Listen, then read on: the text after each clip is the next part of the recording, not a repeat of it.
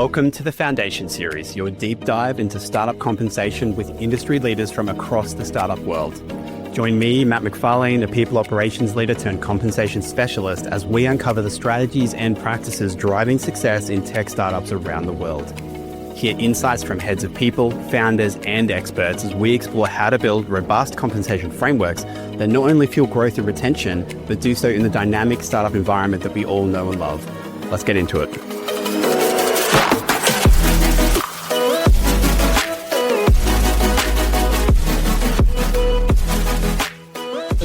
100%, man. And then I put the phone voice on and I'll give you the scripted crap. Yeah. Yeah, you do the hello listeners. I still do that, man.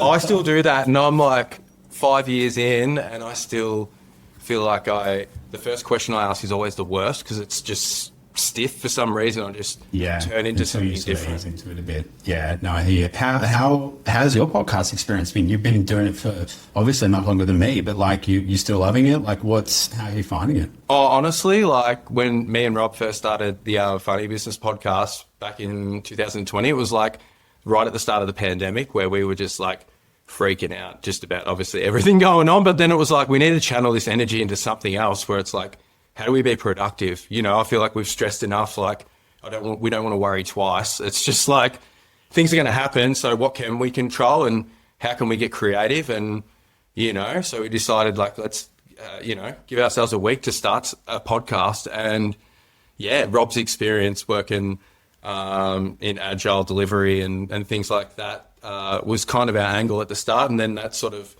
just led to all different things like product managers, athletes, and it was more just around being curious, you know? It was like we meet people, they introduce us to other people, and I don't know, I think it really helped us being behind a screen at that time where, it was real low effort, we could reach a lot of people, and then you start to think, all right, money, and like how do you grow this and turn this into something? And for us, it was never about like media at the start. It was more just around, all right, our consultancy and how do we use the podcast and leverage, the network and connections and trust that we have into our business. And yeah, it was pretty crazy wild times. And like, honestly, I love podcasts, like listening and hearing people's stories. Like there's all different paths to success. So, it's awesome. I don't know what about you, man? Like, how have you found it since you started?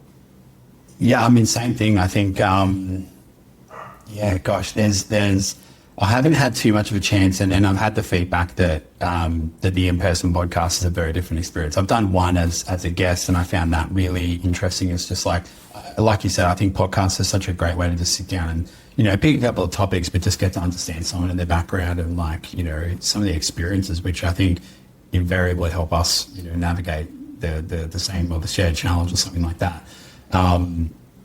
But yeah, I'm keen to one day. I don't know if I can give up living in Pottsville, but I'll have to find a way to, I'll be one of those famous podcasters one day that just shoots around the world and sets up these in-person conversations. Or maybe I'll do the Joe Rogan and people will come to me and I'll set up a ranch or something. I don't know.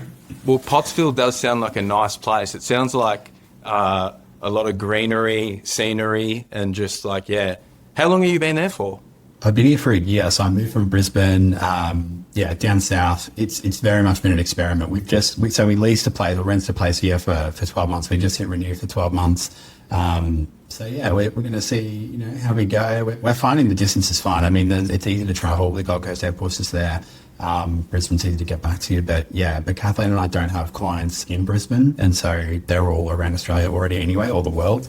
And so, I just feel like as terrible as COVID was, it obviously like rapidly moved us toward being able to do these sorts of things from a work or a solopreneur perspective. So that's at least one sort of silver lining, right? It's a tough one, isn't it? The work from home, because I love it personally, and having that as an option and being treated as an adult, I feel like is awesome. It's like that trust and just be like, yep, you can do your job. And I think it only kind of works at a really good organization though. You know what I mean? Like if things aren't working and then and you can't really see what's going on, then I feel like, yeah, of course, lots of trouble there. But the mix of everything, it's like, how do you balance it? Like with in-person interactive stuff mixed in with online. So Yeah. Yeah, it's always been the battle, hasn't it? Like what? Yeah. And I was going to say, it's a perfect segue for where I want to start. But, you know, the awkward part of conversations, because I feel like obviously I know you, but I really want others to know you as well as I do. But would you spend a minute just like giving you a bit of your background? Like, I'd love to explore that, and then I can talk about why I've got this non-HR person on the HR podcast. Yeah, well, my story, I don't know. Every school I went to has eventually been knocked down, so I don't know if that's a good thing or a bad thing. My first job that's been knocked down, the Jetty Surf, was turned into like a cafe at the Broadie shopping centre there. So I wasn't off to a good start, I'll say. But I think growing up in Jakarta, Broadmeadows, not really knowing what I wanted to do with my life, to be honest. I was just like happy-go-lucky, really loved childhood. And ambition-wise, I was just like, I don't know, I just kind of want to be happy. And now that I think about it now, it's like, oh, that's probably where it lands again today, but it takes a while to get back to that. But yeah, I think like opportunity-wise, I think my life really opened up when I got selected into the CEDA program, Cricket Victoria program, which was the second year it's ever ran. So a cricket school, basically. So left school in year 10, didn't tell my parents, like just applied one night at like 11 o'clock at night. And then 7 a.m. the next morning, my mum got a call from the principal just saying, of CEDA, just saying, hey, would love to get locked in for an interview and stuff. And I was like, what, you want to leave school and stuff? And I was so lucky that my parents had just like backed me in, you know. So they were just like, yeah, go do it. Cricket school, Cricket Victoria, you know, go see what it's like. Went there and just met all my best friends from a different side of town kind of thing. So, really opened my eyes to kind of what was possible. And, that experience, like training at the MCG, just being around people who love sport. And I think, honestly, what shaped me is like the teachers that I had there. Like my first teacher there was a bloke named Ben Waterman, who's now the CEO of the Resilience Project. So someone like him really trying to like take an interest and really show care. And that was like, for me now looking back, it was like, that was the moment, you know, actually having leaders and cool people who we look up to. Like he was playing district cricket and stuff. He was friends with all the big cricketers. So we were all just like, you know, really looked up to him. And yeah, for him to just muck around with us and not take life so serious, like that was so different to school, and it like really felt understood. And then the next year I had a guy named David Mackay, who's Clint Mackay's brother, an Australian cricketer. And he was cool too in his own way. Like his pathway into teaching was a lot different. I think he allowed us to trust and flexibility, and then, you know, just allowed us to form connections and really grow. Like we were 16, 17 years old. And then the year after that, I had a guy named Mark Worthington, who's now the player development manager at Geelong Cats. And people talk about like the culture and why they've been so good for so long, like having firsthand experience around like how he treated us kids back then. It's like I understand why now, like people are motivated to do good work and work as a team together. So, and why actually caring about the people is the most important part, you know, like, I don't know. So he does a lot of the outside work where people who like players are in their worst, you know, states that they'll probably ever be in. And he's someone there to really show care. He's got a big family. His whole family takes him in. So I think it's not just like, words, it's like actions, you know, and just like experiencing that and just sort of understanding that, you know, you can do things a little bit differently. I then was managing, I was working in like retail at Greg Chappell Cricket Centre and a few different things there. And then moved over to Canada, just applied for a random lifty job there, never seen the snow before. Got an interview. Classic Australian move, isn't it? Had no idea. I was just like, just chasing something different. And went over there and just made the best friends from all around the world. And it was like, okay, the world's a big place. Like there's so many things I can do. So I come back here, managed some bars and pubs for like 3 to 4 years. And I was like, I love hospo. I like love the regulars and just talking shit and chopping it up and things. And I was like, I could happily do this for the rest of my life. And then kind of get to a point where it's like, I don't know, like what's going on? You're working night shifts, you're getting a bit older.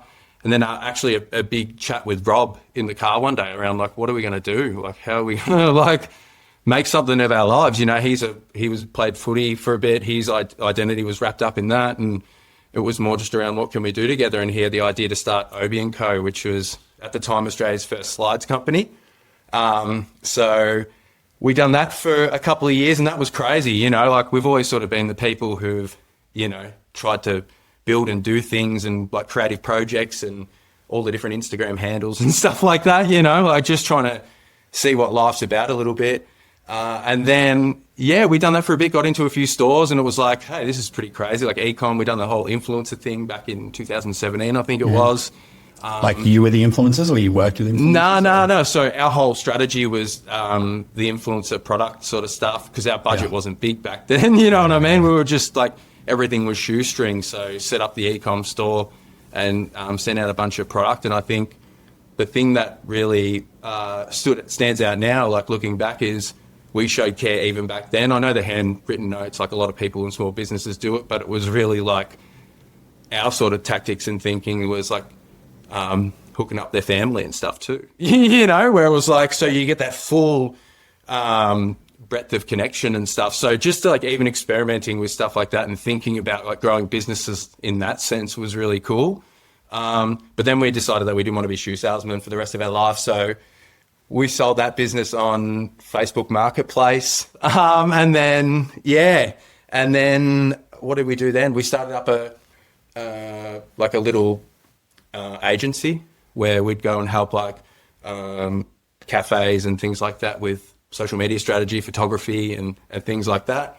Done that for a little bit, services business, again, just like learning, not really thinking it's the forever thing. And I don't know, it's just like uni and school, I wasn't that passionate, but I think like by actually doing the work and then you find that curiosity, like I was like, I want to learn, I want to do all this homework. This was never me, you know? So it was like this newfound energy, and I think of like what's possible. So, we've done a bunch of things, and started the Funny Business podcast and launched a consultancy off the back of that, Ways of Working consultancy, where we won a lot of our clients, obviously through the podcast, but like LinkedIn content. So I had a background in recruitment. So on my 28th birthday, I remember going in for an interview, not knowing what recruitment was, and then becoming a recruitment consultant and realizing it's one of the hardest jobs going around. And just the skills I learned there are just being crazy, you know, like people are the best and things happen and you need to navigate hard conversations and it's how you react and things. So I was just, I feel like I've told the longest story ever. I don't know if it's all making sense. Man, I've written like 50 questions because I think you've had like such an insane journey, clearly. Like, I don't know how else to sum it up, but of like, I'm just thinking of like all of the parallels you've got with like just everything. I mean, I think you said this at the start off the record before we started around how it all comes back to people. And I think that couldn't be more true. And I see this thread woven, you know, so much throughout your story as well. So I'm loving it, mate. Keep going. Oh man, honestly, I'm just trying to think, like, I think everyone's got their own unique pathway, and like the more they lean into that, like growing up, it's like, I was inspired by people, but I always wanted to be myself, you know, and it's like what the different types of skill sets, like the Frankenstein of all the things I like, you know. So I think like how to move the needle too is like positive self-talk. Like I cut myself a lot of slack, probably too much, some would say, but you know, life's hard, and doing things are hard. And I think like giving people the benefit of the doubt, being around people who see the world in a positive light, like in a world full of negative, like I think that really helped me. Yeah, I hear you. There's one thing I want to dive into straight off the bat, which really resonated, and I'm curious about. You kind of talked about an example where you were year 10 and you were kind of like, you made this pretty crazy decision, you know, by a lot of standards, but your parents seemed to really back you into it, even though they found out in the moment. They knew that I wasn't going to private. Like. Yeah. They knew I wasn't going to private school, they mate. Probably wiped the brow. They were like, thank God. A little bit, man, to be honest. Like I was a C student. I don't know, like I just didn't really connect, but I felt like there were some cool teachers. And I felt like I got along with all the teachers. I never caused a drama and stuff, but I think my parents were just, I think now looking back, it's probably like, oh, he had a bit of drive. Like if he's shown initiative, like that's probably a good thing, you know? Yeah, well, I was going to say, what was it like being, you know, because these days you ask kids what they want to do and it's, you know, it's YouTube influencer, it's all those sorts of things, which probably seem crazy today. But what was it like for you to, for your parents in the moment to find out, but then for them to still back you into this sort of path? Yeah, it was weird. Like, I remember my first job that I had, I got it through placement because we had to do it through school. And I wanted to work at the Great Chapel Cricket Centre because I love cricket. And so I just called them up and asked. And they were like, we don't do it ever, but because you called, and everyone else sort of got their careers person to call and just see if there was anything. And it was like, you're the first kid who's actually called themselves. And it was like, yeah, we'll give you a chance. And I was like, oh, that's cool. And I think like those sort of like, it just reaffirms kind of, you know what I mean? It's like, oh, maybe reward that behavior for you, right? Do that. Yeah, do that. And then like tell people about it. And I always saw people who took their opportunities, or really saw something, made the most of it, really done well, But I think it all comes down to like, you have to enjoy it too, or have to want it, because faking it's the worst, Yeah, I hear that. And I think, like, for me, I think, one, the fact that your parents clearly backed you into something that you were, at the time you were really passionate about, but you also gave some really other cool sounding examples of like where leadership at quite a formative age for you, plenty of times when that seemed to pop up throughout the cricket academy and things like that. How do you think that shows up in the workplaces that you're in today, either for yourself or for others? Yeah, leadership, I don't know. I've never really thought of myself as a leader, even though, in some like sporting teams and stuff, captain and things like that. But I thought leadership was more around not necessarily that hard-nosed, listen to me, I'm at the front. I was always sort of chatting to people one-on-one and revving them up when I thought that they needed a good rev up, and, working with coaches who see that as a strength as well, rather than getting yelled at. And it's like, I think everyone's motivated by different things. So it's like, how do you make sure everyone's on the same page? And I see like work and teams, like I know sport comes up a lot, but it's a perfect example. It doesn't even matter what grade or anything you play. Like, I think like good teams and stuff, you don't always have to be best friends. You're not going to be, like it's just a fact. So it's like, but you got to respect each other, and like know the value that they provide will actually help you get to the end result. Like, you need them, and sometimes the best feeling ever is like the people who you don't get along with necessarily, they stick up for you in situations that's what sort of brings the glue together. Like all the best teams I've been a part of have always sort of felt like that. Like it's always like a group of misfits, or, it just feels like a story or a movie. Like I think like, I think like that, and to try and make sense of the world. Like I see movies and storylines, I'm like, oh, it kind of feels like that. Like that's what I want to tap into, Yeah, I hear you. I think like one of the other things I found really interesting about your background as well is like you've had this kind of stint, well, like a large part of it where you've kind of been in charge of your own, I don't know, path, present, whatever it is you were focused on in terms of like kicking off some of these businesses. I liked in particular that you mentioned that, clearly, study and being studious and things like that weren't really something that were a big part of your life early on. But you mentioned about how that really flipped once you found a thing that you're really passionate about and really like invested in. How do you think companies, or I guess like, do you have that now in the role that you're in now? And like, how do you think companies can be better at like helping their people find that and like finding that kind of like fire to jump into stuff like that, be passionate? Well, one thing that we were thinking about with our consultancy was actually having someone like that Mark Worthington now, who's the player development manager, who handles everything off field and worries about the people, to really like fill that void for teams in our consultancy, where it's like, no, I want to work with you on your plan, like your personal plan on like how to make things better. And I think that sort of care, the little things, that it's not a campaign, it's not things that you're taking photos of or promoting, it's the actual, that stuff. I think that's what I see like really working and winning just through my experiences and things like. How have you seen it? Oh, that's a good question.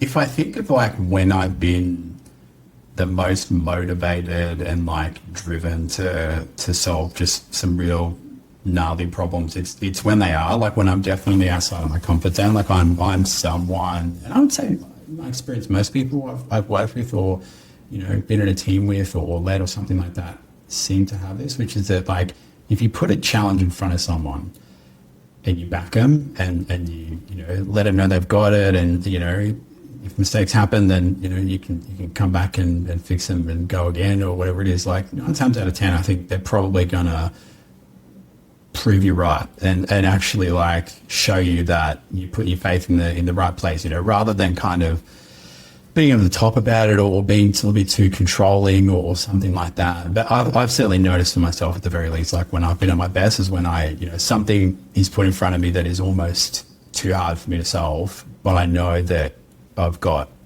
someone's got my back to land it. Oh yeah. And even like, it's just weird when you think about like, I reckon people who have the best teams have probably been burnt the most too, like where they've trusted people and they've given people that freedom, but they've got the best teams. I think that's part of the process is probably that skill, isn't it? Around just like trusting people and trusting your gut. So I think that's how, like, I don't know. I know for me, for a fact, like with working at Sked, like them treating me like an adult, flexible calendars, get the job. I'm like, that is awesome. And how I talk about the company and stuff, like, that's good brand, like it's authentic, 100%. It's true, Yeah, so it's like, why they hired you, they know why you're there, like, let's just be adults about it, right? Well, that's the best, I think. And I think when people feel seen, like when it's like, yeah, I understand the role that you're playing, like teams are hard too, like there's people are motivated by different things.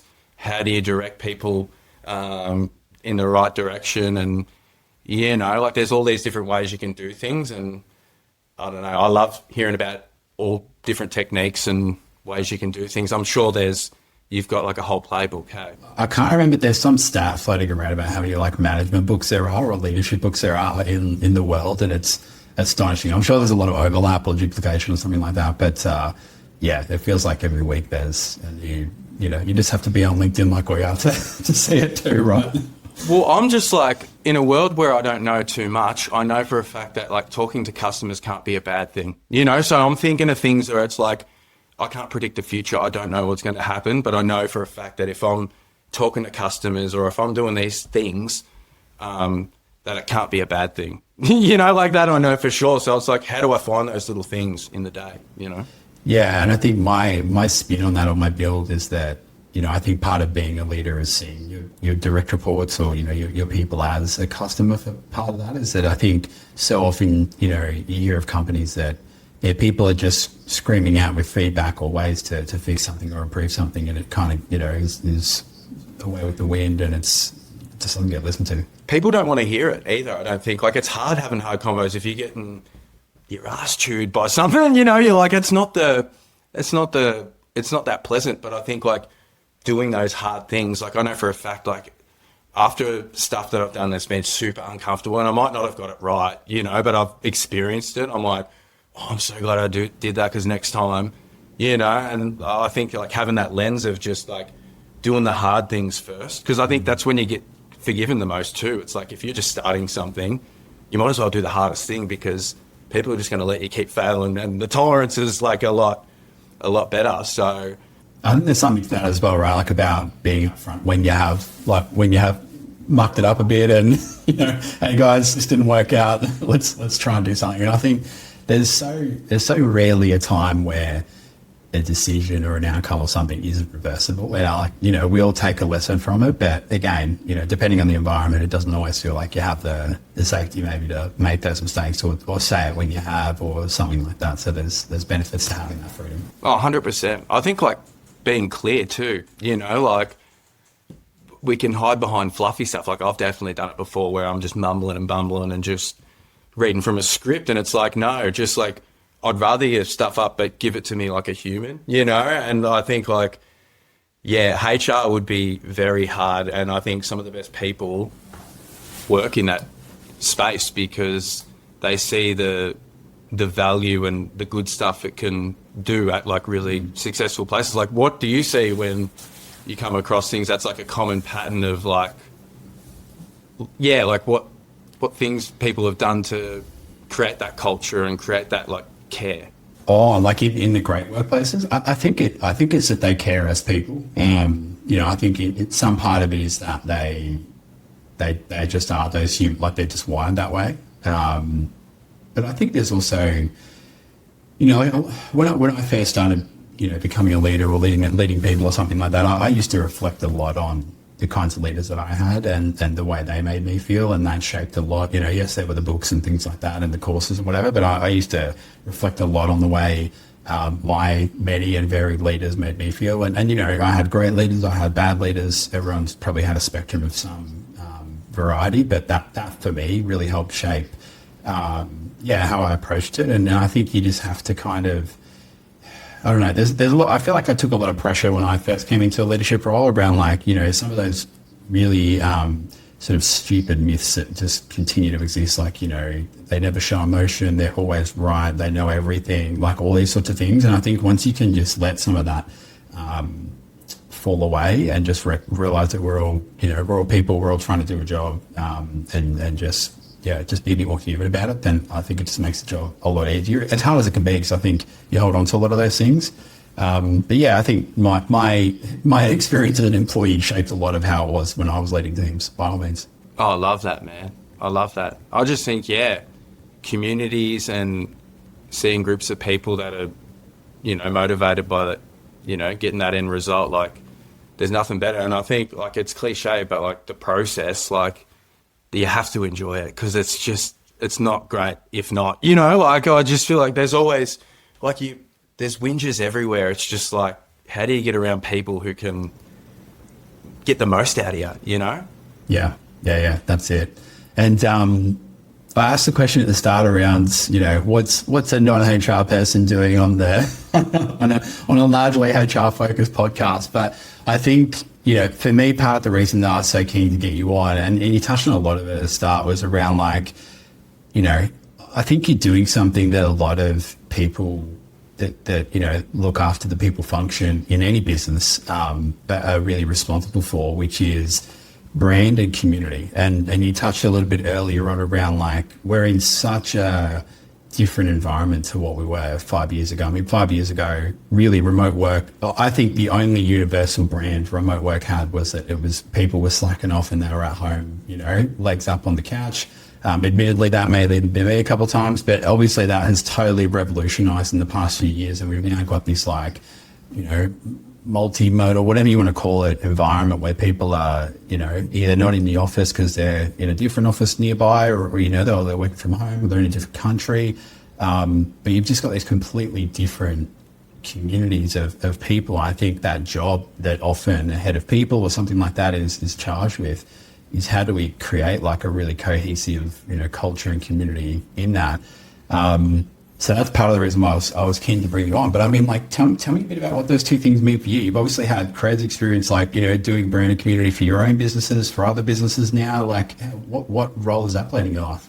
Oh, everything, man. I think like we said earlier, it's it all comes down to people. And I think how do you form that connection piece and make people care about what you're doing? It's what are your comms? To me, that's interesting, and just I'm curious. So I love experimenting and just playing and learning in that space. So naturally for me, it's just I love working with people, I don't have many good ideas. I just hang around a lot of people who have good ones, and then I can just piggyback off all their thinking and add my lens and stuff to it. But I honestly believe my role at Sked, it started off as a content manager, and now it's morphed into a community content manager, really, because it's yes, we can pump out stuff and do stuff, but for who, why, so really creating that moat around a group of people who care about what we're doing, and as things shift, they'll still care. It doesn't matter what the product or what the service is. It's just how do you create that group of people who care about the same things and feel supported and connected. That's why I started the Scene Slack group. It's a global Slack group where people can connect and swap stories and just actually connect with cool people, because I think it's about the environment that you create. One thing that I always felt in the startup space is everything felt like a stiff, boring, as a recruiter going to all these events where they just go on about code, and I'm just I don't care, is this boring? And how do we make things a bit more accessible for people who might not be in this space but are interested? So I think just thinking back now, it's like, all right, well, we created a different environment. We made it feel more like you're going to the pub or a nightclub with all these cool people, and it doesn't have to be stiff and boring. It can be fun and different, and just sort of like creating your own sort of lane. So I think like always thinking originally around like, what can you do that's a bit different? Like, what's your perspective? What's your voice? And then how can you shape and build content around that where it educates people, it makes them laugh, they can like all that type of stuff. It's like really find out what I'm learning lately is like the more you know, like it's all obvious stuff, but it's just like the more you know about someone, the more niche you can really go down, you can really speak to them, and seeing those results has been awesome lately. So just honestly, like just being curious about how people behave and move and why they care about stuff. And I don't know, I think like you were saying, I don't think you can fake it. I think that sort of stuff comes naturally, and you can develop those things. Like I felt like I've developed them. I didn't think I was like naturally grew up like that, but this newfound passion has sort of led me on a just different path, you know? Yeah, I hear you. So what you're saying is like the authenticity side of it is obviously important because people see through it. How do you think, I'm thinking of this from like an employer branding context. So like, we in the people space for us are trying to help our company attract the best people we can to build a great product or service or whatever it is and really be successful.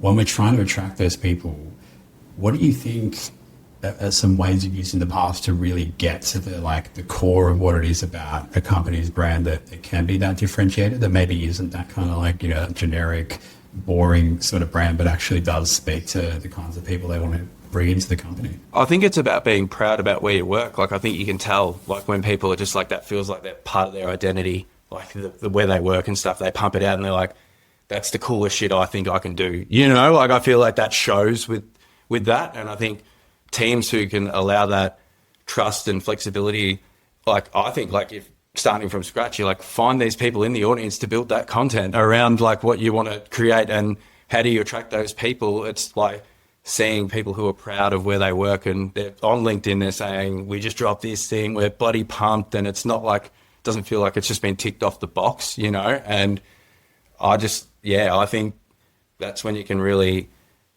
like for me, that's what attracts me to other places. Like I'll look on LinkedIn, I'll see the people who work there, I'll see where they've worked before, and you can sort of suss the vibe and see what they're trying to create, and it's like, okay, you're piecing together like the dots, and not everyone has to be on LinkedIn and stuff as well. It's sometimes cool when it's not, it feels a bit mysterious or a bit different. And I just think, and the type of characters too, not necessarily always experience. I think bringing people from different fields mixed in with experienced people really probably drives the most innovation. And I think like what attracts people is just observing that, like smart people are just watching what people are doing. So you naturally get cool, you know what I mean? I think anyway. Definitely. No, I think it does. I think you're right. Like this brand core exists. You just got to know the right people to ask that are in your team, right? So it's picking the people that are super passionate, who are showing up to work and are really driven about it, and finding the language they use. How do they describe it? How can you use them to showcase that to your ideal talent? What are the channels? If LinkedIn is the right one, I'm sure there's been some real novel ones. I can't think of any right now, but I'm sure, there's some great alternatives to LinkedIn. I'm sure there's some dens on TikTok or something like that are doing cool stuff, no doubt. But no, I hear you. I think you nailed it. And talk to me about like one of the things you said earlier that I want to go back to is like the power of the niche. And like, I see often, and I mean, I've worked for a lot of different industries, but the most egregious one I remember seeing was when I worked for a law firm, and they had on their careers page, they had like, it was like, there's classic stock images where it's like a person from every race with, everyone's got a different, whether it's a different disability or something. Like they were just we're just trying to have everyone represented in one picture, and they're all shaking hands or high-fiving or something super, super cliched. But tell me, like, how does the niche work? Because I think a lot of, in my experience, and I've only felt like I've fallen into marketing in the past 2 years as I've started my own company, but weirdly the niche works in the sense that the less generic you are, the more you appeal like more strongly. It's just been my experience. But yeah, I'm keen to hear from you. Like, how has it worked for you? How do you find it? How do you use it? I think language, like what you were saying, it's like things that you would drop in conversations and stuff like that. So I think the best brands just truly understand the language really well, and where to sink that in. Because I know when I get sold to, it feels like, hang on, have they been reading in my thoughts, like on like, how do they know this? You know, so, but that's probably something that I've learned recently, to be honest. Like, when everyone told us to niche down with funny business, we wanted to stay broad, but our thinking was like, yeah, we don't want to box ourselves into we're just curious people. So it was like, that was conflicting for a long time for me, because I was like, no, I think I'm not putting anything off the table, you know what I mean? But I think in comms, especially in marketing and advertising and stuff, I think you need to think about it from that lens, but probably just applying it to differently in different contexts, I suppose. Did you end up niching down with your podcast, with that brand? Nah, so we just ended up staying real broad, and that's what because to us, success was meeting these people. It wasn't downloads or numbers and things like that. It was just being able to connect, and that was our thinking around that in terms of, what success looks like. But in terms of like with Sked Social and just really nailing our audience and really understanding who are the people who use our product and who need our product, and how do we talk exactly like them. So we've recently changed all that sort of stuff now. So if you see ads pop up with Sked Social, just know that we're trying real hard to talk exactly like you. So, I just think, going back to everything, I really think like language is probably the most important part, I'd say. And what do you think would be, like, I guess in terms of how people get to the point where they know what language to use, where, if niching is right for them, and, how it may maybe make their efforts to brand their careers and opportunities more impactfully, how do you think that, what are some ways you've seen work well in terms of trying to do that in the past? Just like doing things differently. Like when I was looking for jobs, I wouldn't have like a usual resume. I had like a link tree and told like a story in a different way, and it's just different ways you can stand out. But that's me, my natural personality, you know what I mean? So that just. What about from an employer side? Do you think there's ways in which, do you think there's a need? Do you think there's value in like trying to niche down to like a particular like type of person they're trying to hire or something like that? 100%. Like for us, how we hired and found a lot of our talent was the language that we used in our posts, like the way like our attitude. Like we had some really good people work for our consultants, like the best top engineers, and like I'm posting stuff, choking Rob, saying you can't call HR when you are HR, and for a lot of that, people are going, that is wild, that's crazy, but it won us contracts like Twitter and things, so that sort of signaling, and then all the opportunities that come through were people knew how to speak to us because we made it like everything that we put out there is very consistent, and then people can know that they can, hey, what the fuck's up? Or, you know what I mean? They can be real casual with us, and we love that. So it's like we want to attract those types of people, and it's not necessarily always the experience. It's more around like the values and the attitude and, maybe the coachability, and just around like, I feel like they'd be good team players. They see, like they can see things from other people's perspectives, and I don't know, we didn't want stiff, boring people working for us. So it was almost like, let's put stuff out there that's going to put all these people off, Yeah, I hear you. So basically, it's like it's customer intimacy, right? Like it's really deeply understanding them and the problems they're facing and the interests they have, the language they're using, those sorts of things, and kind of aligning that brand towards those things to be more compelling. And it helps when, like, if you're marketing to you know what I mean? Like if you're building something and you're part of a team that the demographic is you, then obviously like it's a lot easier to draw on your own insights, and most likely you have friends who are in that sort of space. So, I think that can be a lot easier, but then you probably overanalyze it too. Like when you have so many options, or you know how things are done, sometimes that's not the best thing. It's good when people come in and have a real fresh, naive view on stuff and just maybe shake things up in that sense. But yeah, with the world the way it is at the moment, like I feel like people think startups are not safe and stuff, but there's corporates that aren't safe. There's all there, like, no, so you might as well just like chase what you're actually into if you can. And I just think like everyone's in different positions and got different responsibilities. So, you've got to play your game, but yeah, I just think like been no better time to actually like follow what you actually want to do. Yeah, I hear you. Obviously I'm 2 years into doing my own thing as well, so I'm clearly an advocate for it, but I do generally feel like there's a bit of a trend towards people, finding ways to do that, whether it's, on top of a job or instead of a job or something like that. I think the time's never been better. Joining a sick team, being a part of something, like I get jealous of when I see people like going through a stage of the company of growth where they've achieved something. Like, that's so cool. And I think these days people are so quick to just like career hop and not really sit. And I can see like the trust that, with jobs getting lost and stuff. But I feel like when you find something good, it's worth hanging on and like seeing projects and stuff out rather than sort of just move on to the next thing, Yeah, I hear what you're saying. It's funny because I'm a big fan of that. Like, you're in that saying, you're either earning or you're learning. And, personally, ironically, because, I obviously come from a background where you try to hold on to people as much as possible, but I'm a real big advocate of people changing companies when it's right, I think.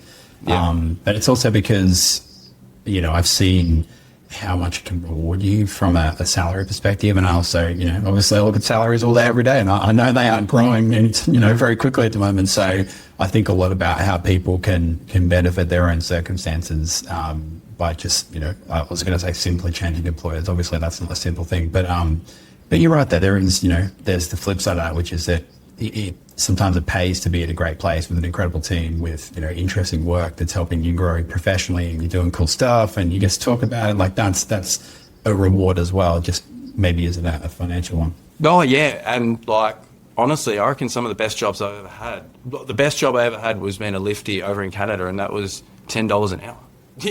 So it's all like relative to your life, and what you think is success. Like, a peaceful life doing good work is success. And like, I think like I've got mates who just like going to work, clocking in, and I've got mates who care way too much about everything and want to go above and beyond, and they're worried about all these other things that aren't even anything to do with them, but they want the company to do well. So it's like, that must be just insane in the bigger companies, because it's just like, how do you align all these people? Like, there must be the tactics there. I feel, yeah, that must be interesting. Absolutely, yeah. Everyone's got their own story, haven't they? Oh, exactly.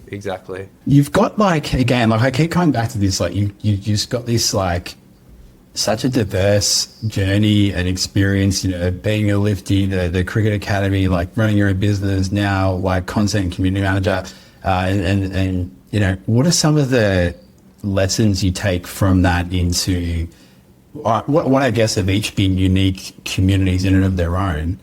What do you take from that to the community world that you have today?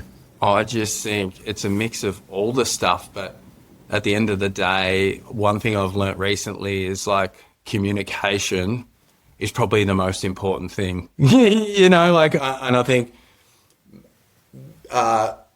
when bad things happen, it's a really good opportunity to flip things around. Like, from my hospitality days, it was like, when there was something really bad happen, you can go above and beyond and just flip that experience, and the magic of having something bad happen and being able to turn it into a positive, like, like seeing that. Do you have a big memory there that you are? Yeah. So working at the Moonee Valley Legends bar, we had someone, it was a big birthday party. They were being a bit difficult, so I could understand why they were a bit angry, but they were just sort of dropping the plates on the table and things like that. Not really asking, because no one was really putting their hand up and that, and they ended up complaining and stuff. And it was more not just going in there and just giving them a voucher and that, it was actually going to speak to them and just explaining things real clearly. Like, this person just had some bad news this morning. We're very sorry about that. It's not an excuse. I just want to let you know that that's happened.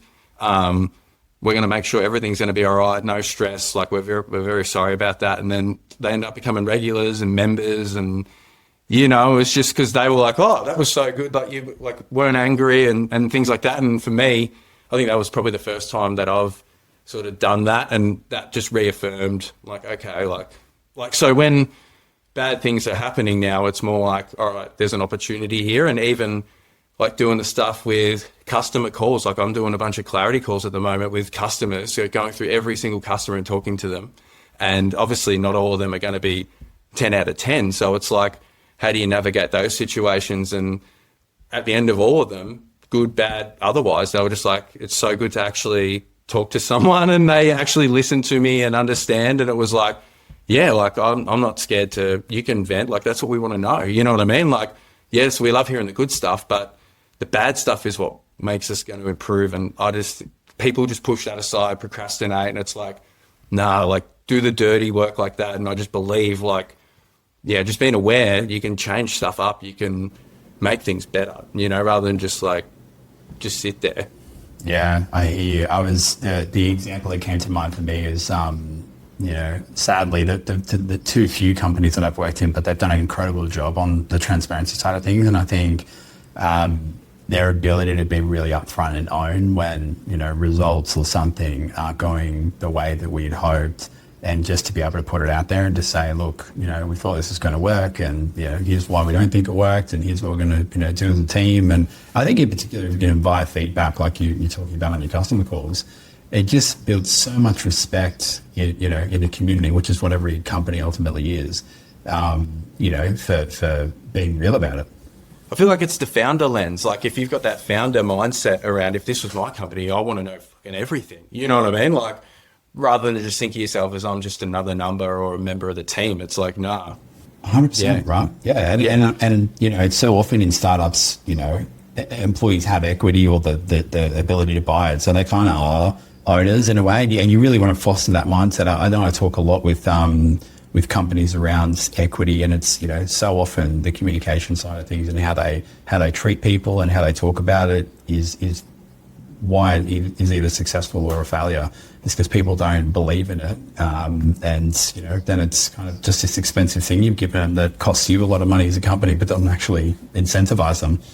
Oh, exactly, man. And just like little things like sending cameos from celebrities for people's birthdays, and like if you know, just like doing different things where it shows that you actually care in a fun way about your people. Like I know for a fact, like the best workplace is when nobody wants to leave. You know, they get a promotion or they get another opportunity that's like double their wage, they have to go. But like those places where they're like, I don't want to go, or they always come back. And I always felt like with the bars and stuff, it was like the people who used to work there that still come back, and still, like, that's the community. Like that, how do you do that for businesses and services and things like that? Like, how do you flip that? So, yeah. And I just think, like, through the Funny Business podcast, like the common theme with all guests was like, none of the people who've got to where they wanted to did not do the dirty work. You know, like they're customer obsessed, like psycho obsessed. And it was like, okay, that has to be a good thing. If all these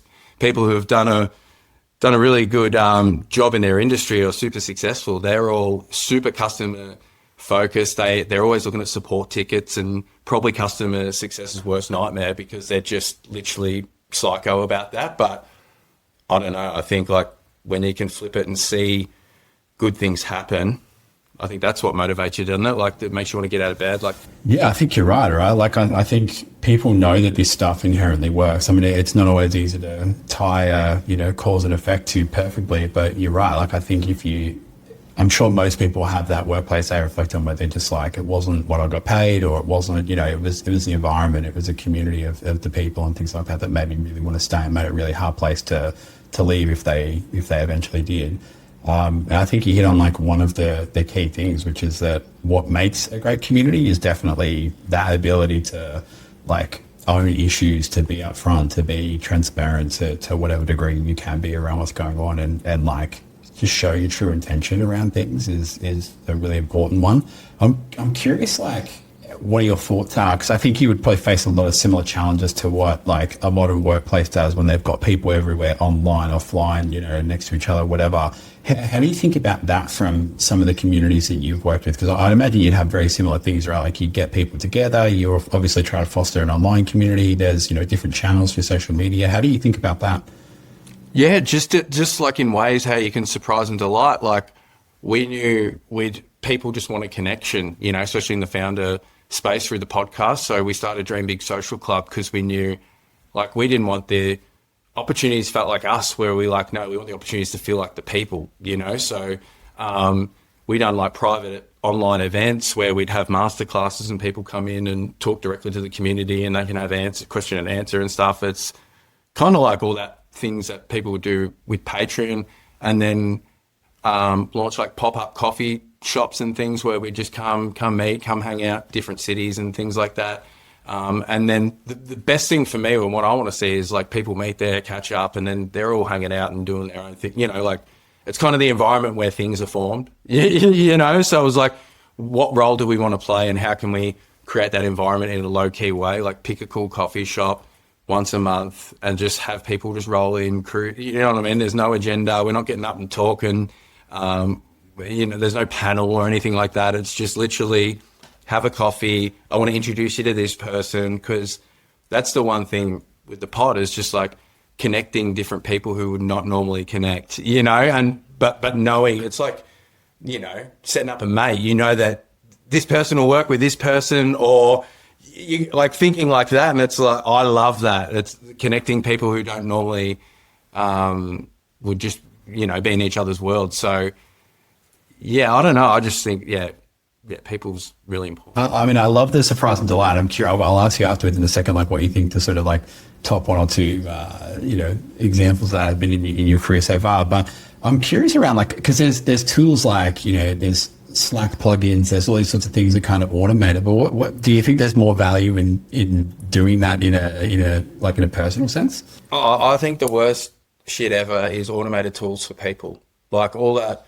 I don't believe in that. Like to my core, like I know that people do all this, type this comment to get this, and like, oh, I don't know. Just for me, it's just nah.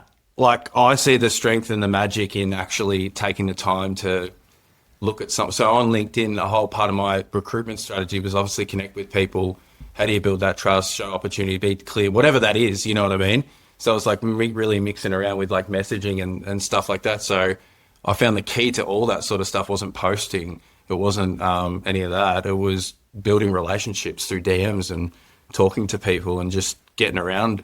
So like starting from scratch, didn't know anyone. It's like, well, how do you get involved? It's like find people that are cool and you're interested in, like yourself, and then get around their stuff, like, and just be there, be consistent. Like so many people just drop and fade, but it's weird because I spend a lot of my time on LinkedIn talking to people, and people might be like, oh, is that a waste of time? I'm like, no, not in my eyes. It's like, I know, so like, I feel like I know my listeners, you know, like I feel like I know each one. I know what they do.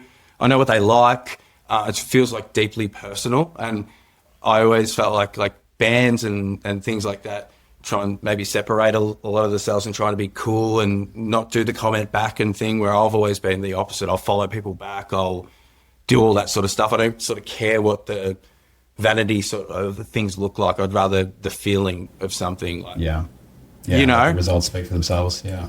Yeah. So it's not sort of necessarily following the trends of like, trying to look cool or be cool. It's just like how I actually feel and what I think, and just put it out there and not think too much. Because I think for me personally, like if I think too much, it's probably not good. You know, it's just sort of, sort of get it out there, you know. Especially not in summer, we'll overheat. Yeah. Oh, mate, exactly.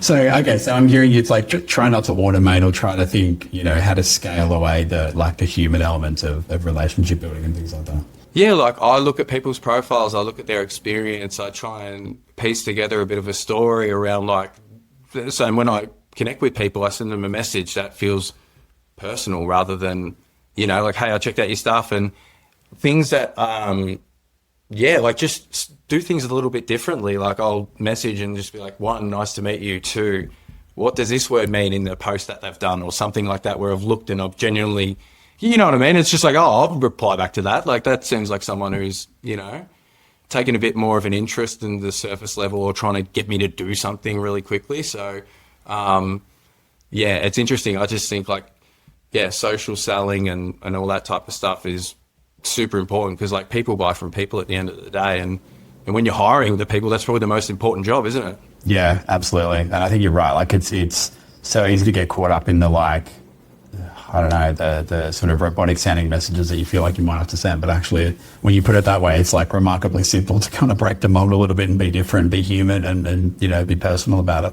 Yeah, and do less. Like I always thought, like numbers, like just pump it out, and you know, they're eventually. And that's true, but I feel like you burn a lot of connections that could have been really cool if you just played it a bit easier. You know what I mean? Like, and genuinely interested, like not just blasting. It's more just around. No, this person seems like a vibe. You know, like I want my connections to all be a vibe. You know, I want it to be like super quality. Or, you know, like, I don't know. That's just how I sort of see things. And yeah, treat it pretty seriously, I reckon, LinkedIn, which is, I don't know if that's sad or good or. It depends on the day of the week, I think. Oh, exactly. All right, man, I want to bring this home, but I'm keen to close down on something that I wanted to ask from your point before around surprise and delight. With maybe your, with the context of like how it might work inside a company, what are some of the, the one or two things that you've used in the past that were just like, they were winners? They just did a really great job at just forming connection for people, for you.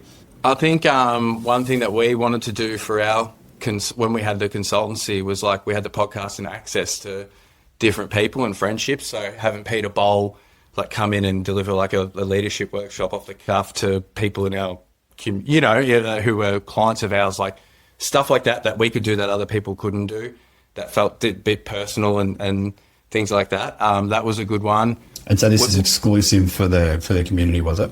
Yeah, for our people in our audience. We were just like having a business podcast. We were lucky enough that people who we had on, they'd send us a lot of stuff, and it was like, all right, that's cool, but like, how can we just give this all back to the community, you know? So we're giving away something every week, I think it was, like surfboards, screens. It was fucking wild. So it was like that type of stuff where it was just like stuff that you didn't have to do, and then it's like, bam, like we've got some fun different things that we can activate. But yeah, I think it's just about like leveraging what you've got. You know, everyone's unique and everyone's got something to work with. It's just like finding out what it is and how you can sort of flex it and do some fun stuff, because work and life is very hard and boring and difficult a lot of the time. So it's like, how can you break it up and have a bit of fun and like, like have people like care and engage with what you're doing. And yeah, I've always sort of been attracted to the people who do things a little bit differently. So, I kind of try and take that on board with everything that I do, whether that's good or bad or anything. I don't know. I feel like it'd be way worse if I tried to do it another way, you know? Well, mate, it's clearly working. And if it gets you hitting the textbooks and working out ways to do it better, then it's a great driver, clearly. Yeah, 100%, man, 100%. Mate, I appreciate you so much jumping on, especially the random reach out and will you come and talk to me about brand and community. So thank you a bunch for being a part of it. I just hope there's something in there for at least one listener. But no, I appreciate you having us on. Like, honestly, love the work that you do. Appreciate the hustle and respect everything that you do. So, if you want to hit me up after this, I'm on LinkedIn, obviously every day, all day. Just slide into the DMs. But yeah, mate, honour. Thank you so much. I appreciate it. Thanks for joining us on another edition of the Foundation Series. Make sure to head over to our website to subscribe to the Foundation Series for monthly editions featuring future interviews on startup compensation. In each edition, we'll explore the different strategies, trends, and challenges faced by startups around the world. If you have a burning topic you'd like me to cover or a standout guest that you want to hear from, drop me an email so I can dive deeper into the compensation topics that matter most to you.